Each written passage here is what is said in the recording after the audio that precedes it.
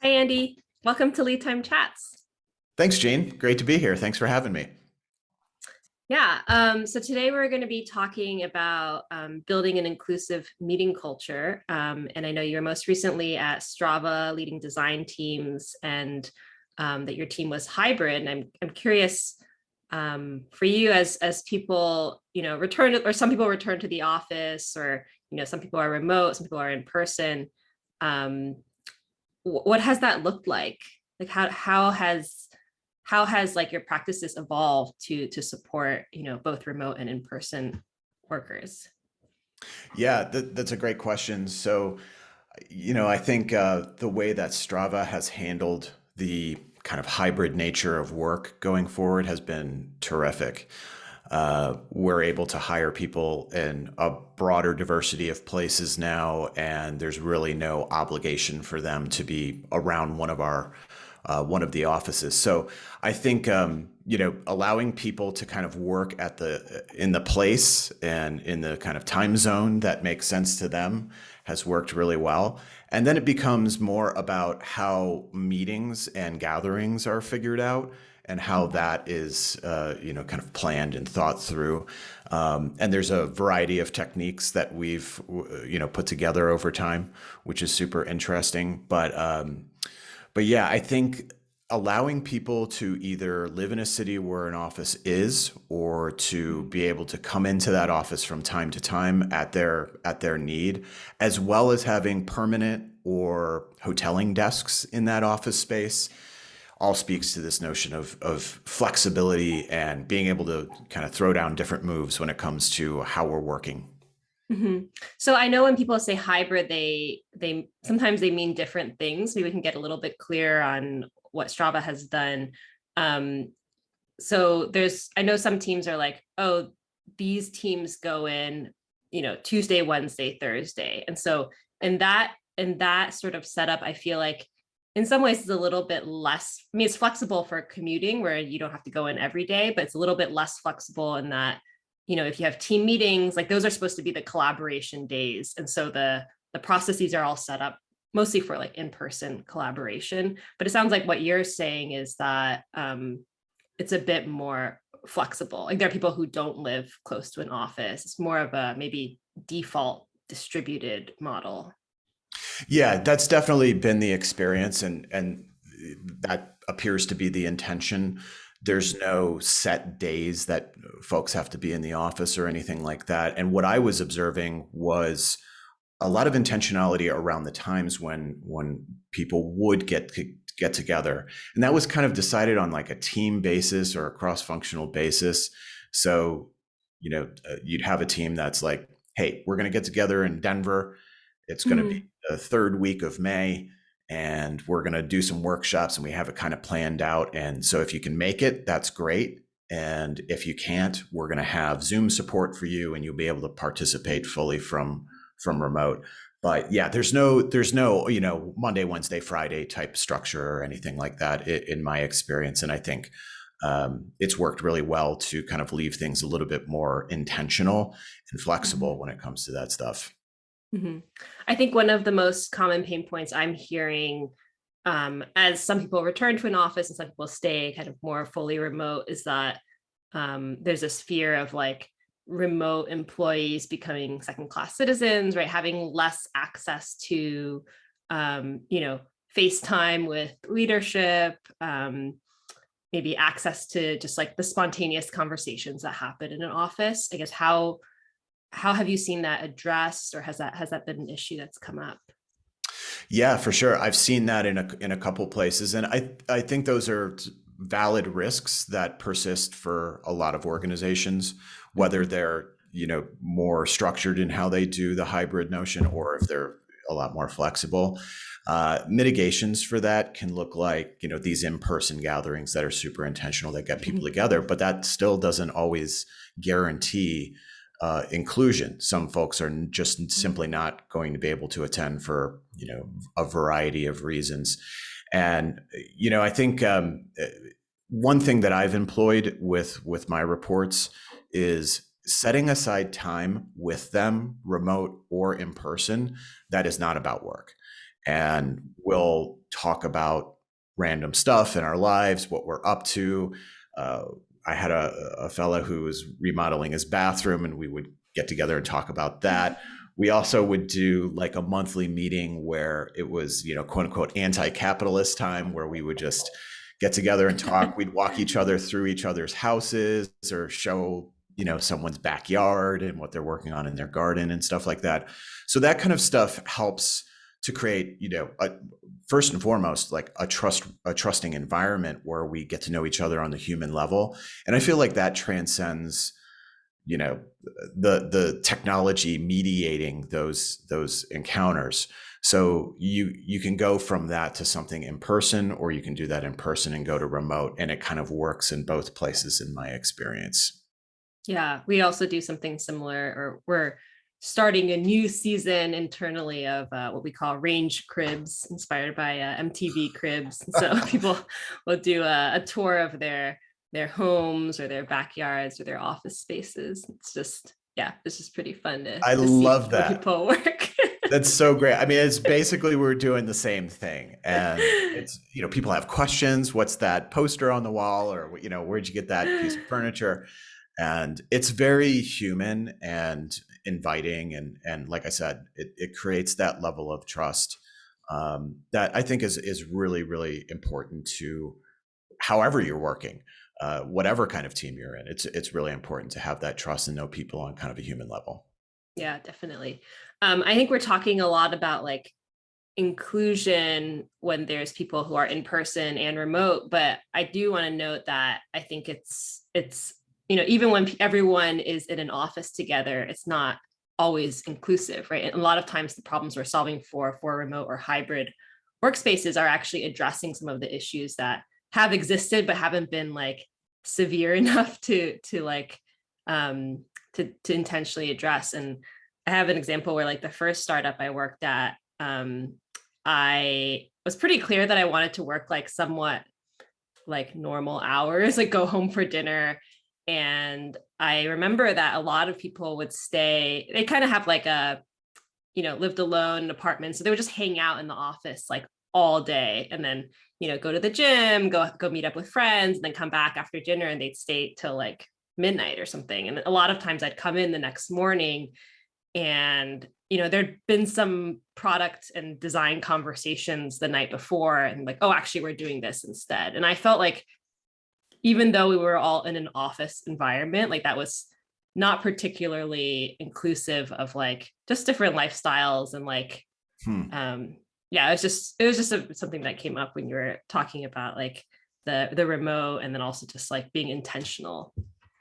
Yeah, I think that, that kind of goes back to some of the risks. And I think that's a very real risk. If there's a cadre of folks who can get together and they have camaraderie with each other and they are around each other a lot, maybe they go and do activities together, no matter what it is, there can be that risk. There was this thing, like I remember like in movies or, past corporate culture, where the golf course was that notion. And it's kind of like the evolution of that notion, where you have some folks in the company who can get together and talk to each other. And I think that's a risk, but it's also about the boundaries and the sense of inclusion that those folks have, and the transparency around decisions that might be made in those forums. That's important to call out, or important for them to be aware of. And also talking about like having intentionality around how a company operationalizes making decisions, and having that be kind of an agreed upon thing. Totally okay to talk about work outside of work. It's a big part of our life. But also like, hammering out, how do we make decisions here, and what are the processes for doing that? And I don't mean anything super dogmatic or like submitting forms and having a bureaucracy, but an agreed upon way of coming to an understanding and alignment over decisions is important, because that helps reduce this sense of, hey, something's happening over here, I'm not part of it, is our decisions being made without me, things like that. It kind of Right. helps smooth out that anxiety or feeling of not being included. Yeah, you don't you don't necessarily want to say like, okay, you can hang out outside of work and but you can't talk about work and you I can't make know any, right? that. Like Yeah, or it you just don't doesn't make don't any sense. brainstorm any product ideas. Yeah, that doesn't make sense. But I think you're right. Like having the intentionality of the regular cadence where everyone can be included, you know, the offsites, the in-person meetings. But then also, right, like for the team to prioritize it. So like if say two people are out for lunch, you know, because they work in the office together and they start riffing on some ideas that they, you know, they're not just going to decide and run with it. They're going to be like, hey, let's bring this in, or like, let's call a meeting with so and like bring them into the, you know, bring them in the loop so that they can, so that For we can like give sure. them the context, right? So Yeah, I that's think something like that you kind of just have like mindfulness of in the team. yeah, it takes you know, emotional intelligence to see how that plays out within an organization, and you know, I think it's just something to be really, you know, be super aware of if you're having those kinds of conversations. I think the other thing too is maybe for some people their cognitive style, their flow state is to be outside of the rigid boundaries of the workplace and to be in a social setting or to be exercising together. And that's where they get creative and they get inspired about things. And I think that's important to keep that cognitive style in mind. That's one of many different ways of being creative. And just as long as there's some support when they come back to the office to bring others along, I think that is ultimately, you know, an inclusive way, a round trip way of thinking about, you know, how we improve the workplace or how we come up with cool new ideas for products. Yeah, definitely. So we've talked about kind of like we've kind of been circling this topic of meetings. We've talked about like, you know, one-on-ones and having, you know, you got anti-capitalist time and, you know, cribs with your team. I think a lot of that is really good for kind of connecting with like the humanity of, you know, the coworkers you work with. Um, I think for most teams, probably the bulk of the time that they spend with each other, especially on remote teams, is you know, just kind of standard team meetings, meetings with smaller groups of people. So I guess what are some tactical tips you found to make running those meetings more inclusive and not just of remote employees, but just in general? Yeah, I think I'm big on intentionality when it comes to meetings. Now, there's some meetings that just kind of recur and, you know, they can be dubious of nature if they're recurring and you don't have an agenda. I think, you know, having some sort of agenda or some sort of ritual to the cadence of a meeting, a thing that you Mhm. run through with a group of folks is really important to do. And then, you know, when you get into the actual, you know, if that's like checking in or how's everybody doing, then you can kind of have like a template, you know, agenda for stuff like that. When it comes to generation, when it comes to co-creation or co-working, things like that, my general rule is if you're going to have, you know, 5 people in the room, try and spend 5 hours preparing for that meeting. Try and get some intention going around how that meeting's going to come together. So that could be in, you know, the tactical stuff around Mhm. who's going to be remote, who's going to be in person, but it can also be around the activities and what you do to support different cognitive styles. So do you have solo time for people who are deep thinkers and need quiet space to kind of understand their thoughts on a topic? Do you have convergent time where people can come together and socialize and talk about what they want to do? So that supports, you know, more of a social style. And how are you synthesizing all that together? So it takes intention, it takes work to Mhm. create a meeting. And I think sometimes what you know, you see this preponderance of meetings in some organizations is because they're cheap and easy to add to a calendar.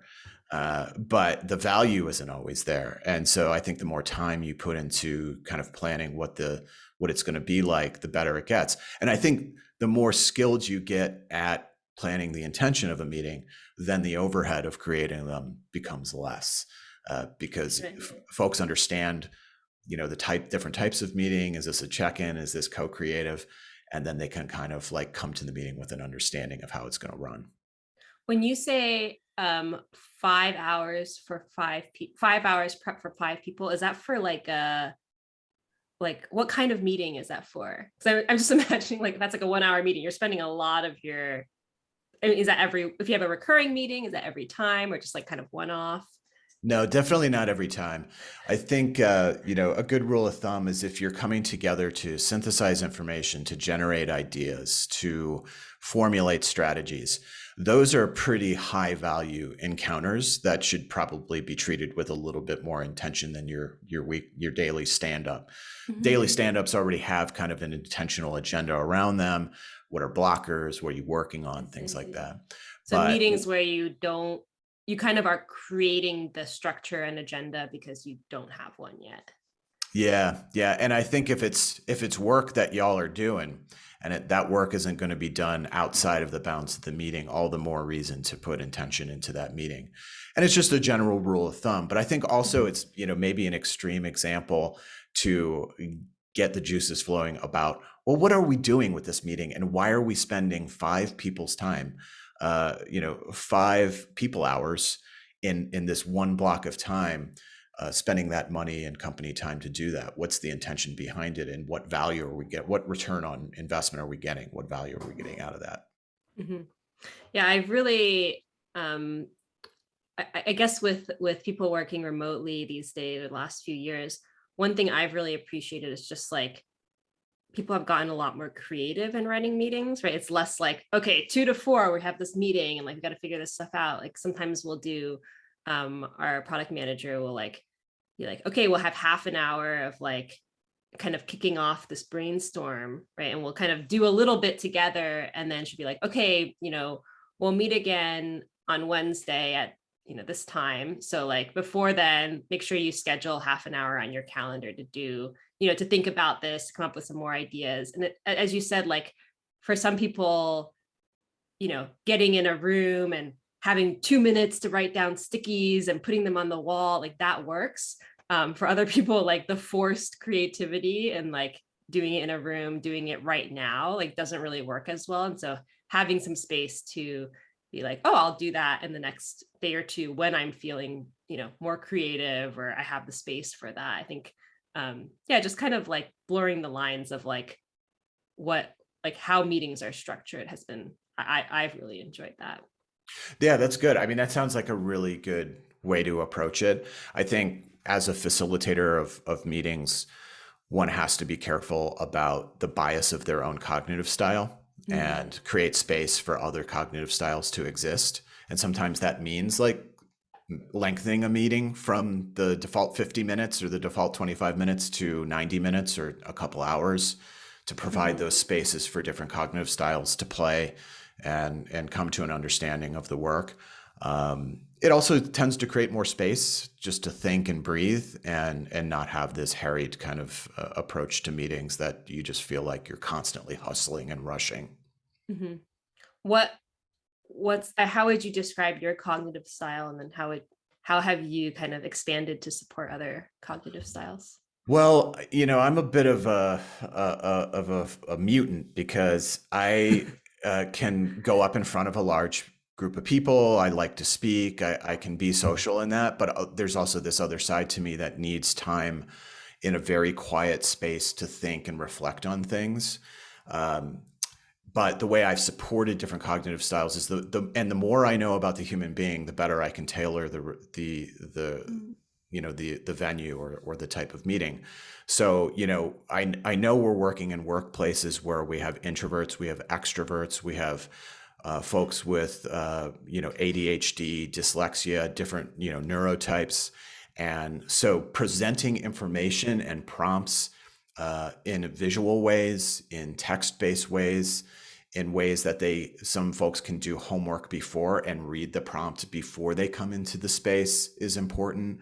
So not a huge amount of homework, but just like a prompt for the meeting tomorrow. Here's something to think about. Mhm. And then in the meeting context, like that time to be quiet and that time to come together and socialize so that the introverts and extroverts can come together and think together and talk together. And then whatever other intelligence I have about the humans that are attending the meeting helps me shape it. Whatever I can do to kind of offset my own bias and my own way of doing things if I was to do it solo is super helpful and goes into the mix. So it changes from encounter to encounter for me. Yeah. It sounds like a lot of it's kind of just about the intention. And I've heard that meetings at Strava are probably quite similar to meetings at Range, where like they're pretty structured, right? Like check-in, agenda, check out.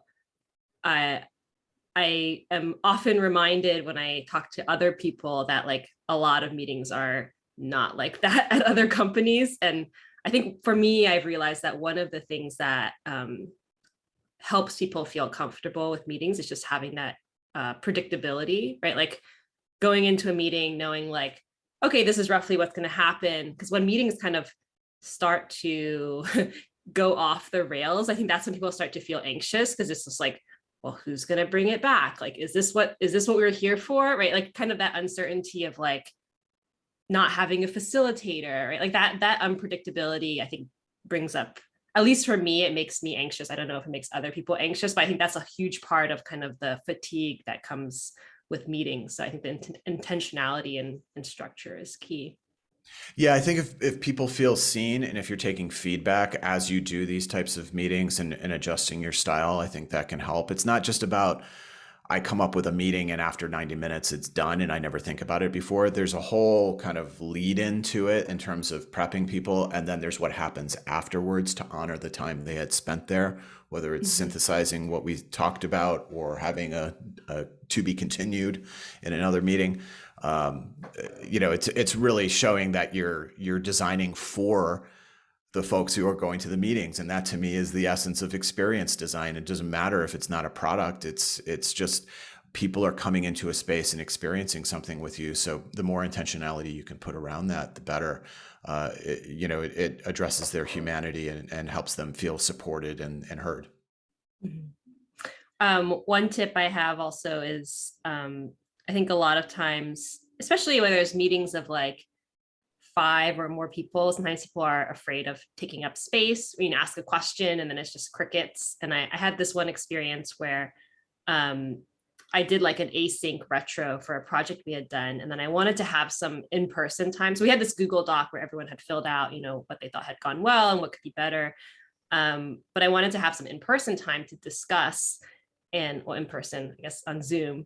And I had added it to one of our recurring meetings to chat about it. And I think I asked an open-ended question and just no one responded. And it was just like, oh, like this is, you know, there's something going on here where people, you know, people don't want to be the one to like say something. And so instead, as the facilitator of the meeting, I set a 2-minute timer and I was like, okay, well, you know, why don't you just take some time to kind of review the Google Doc and then we'll go around the room and just share anything that was surprising or you know insights that came from the retro. And it was really fascinating because we use the Range meeting tool has a spinner, and so you can kind of go around the virtual room. And everyone had like a lot of very interesting thoughts, but no one really had volunteered them when I had just said, "Hey, anyone have any thoughts about this?" And so, yeah, I think oftentimes people think, oh, introverts, you know, how can I get introverts to talk at meetings? Oh, I'll just call on them. But that I think is creates more anxiety around going to meetings. But having some space and then giving people the predictability of like, okay, we're going to have 2 minutes and then we're going to go around the room and you'll have some space to share, that actually like just kind of like decreases the anxiety levels. For sure. And I think it also raises the level of safety. And Mhm. I think that's what we're talking about here. We're not just talking about better structured meetings or more inclusive meetings. We're talking about safe meetings.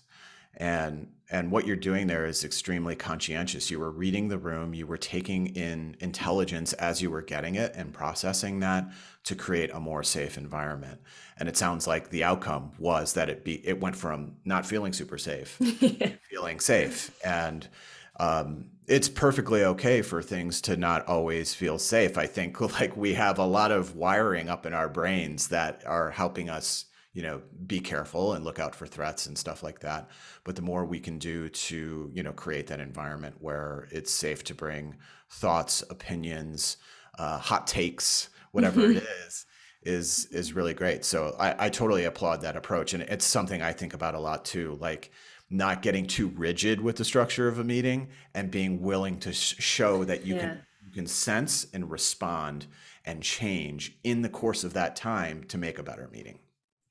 Yeah, that's true. Even with the recurring meetings with the kind of recurring agenda items, it's good to change things up. I think like the I mean, at least for me, I feel like with the pandemic, just like every day almost feels the same. And so like any source of variety is very welcome as well. Yeah, I hear that for sure.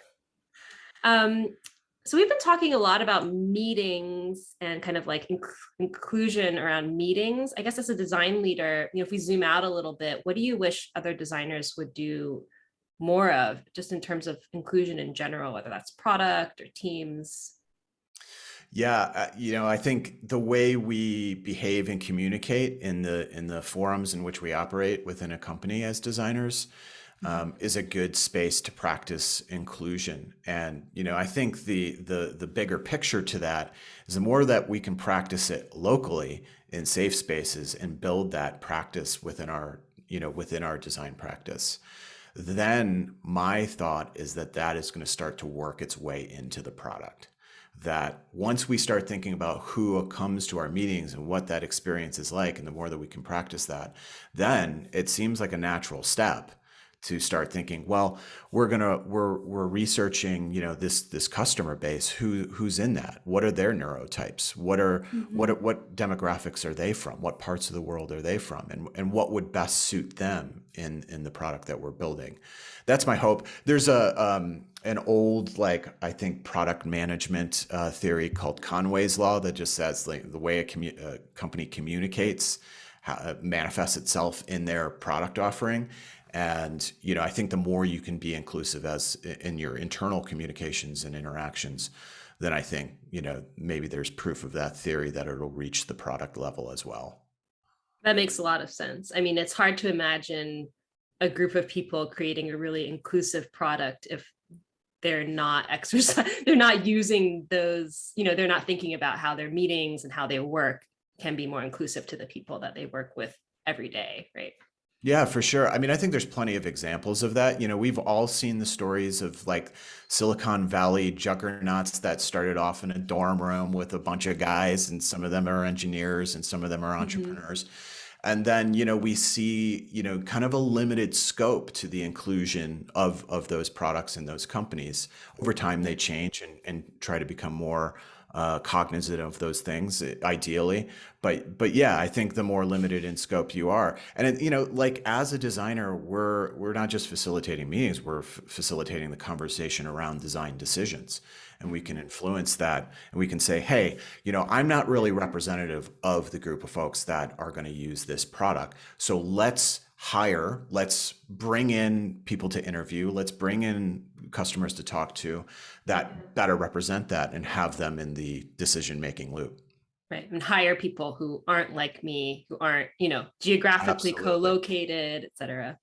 Absolutely. And it's, a little bit of how I think of that is just what aspects of me and how I show up in the workplace am I replacing in the folks that I'm hiring? Are they from a Mhm. different, a racial group? Are they from a different part of the world? Are they in a different time zone? Those types of things, in addition to what they're adding skill set wise to the Yeah. organization. It's not for me to create a clone of myself like that. That would be a non-goal. Mhm. Great. Thank you so much, Andy. It's been really awesome to hear all your thoughts about both inclusive meetings and then especially this, last part of our conversation about, zooming out and thinking about inclusion as an industry. Thanks so much, Gene. This was really great. It's great talking to you.